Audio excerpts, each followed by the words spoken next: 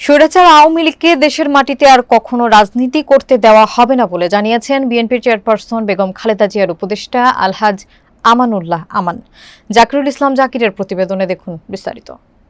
শুক্রবার দুপুরে শহীদ রাষ্ট্রপতি জিয়াউর রহমানের ৪৪তম শাহাদাত বার্ষিকী উপলক্ষে সাভারের তেঁতুলঝোড়া ইউনিয়ন হেমায়েতপুর স্থানে বিএনপির উদ্যোগে আলোচনা সভা এবং দোয়া মাহফিলে যোগ দিয়ে তিনি কথা বলেন।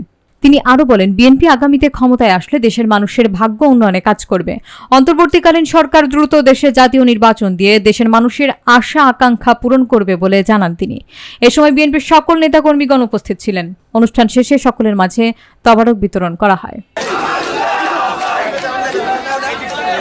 আমরা পেলাম আজকে সেই ফ্যাসিস্ট খুনি শেখ হাসিনা বাংলাদেশে নেই, ভারতে পলায়ন করেছে।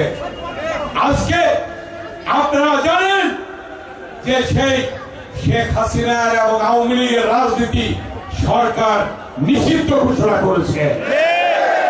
আওয়ামী লীগের রাজনীতি, খুনিদের রাজনীতি এই বাংলাদেশে আর কোনোদিন হবে না।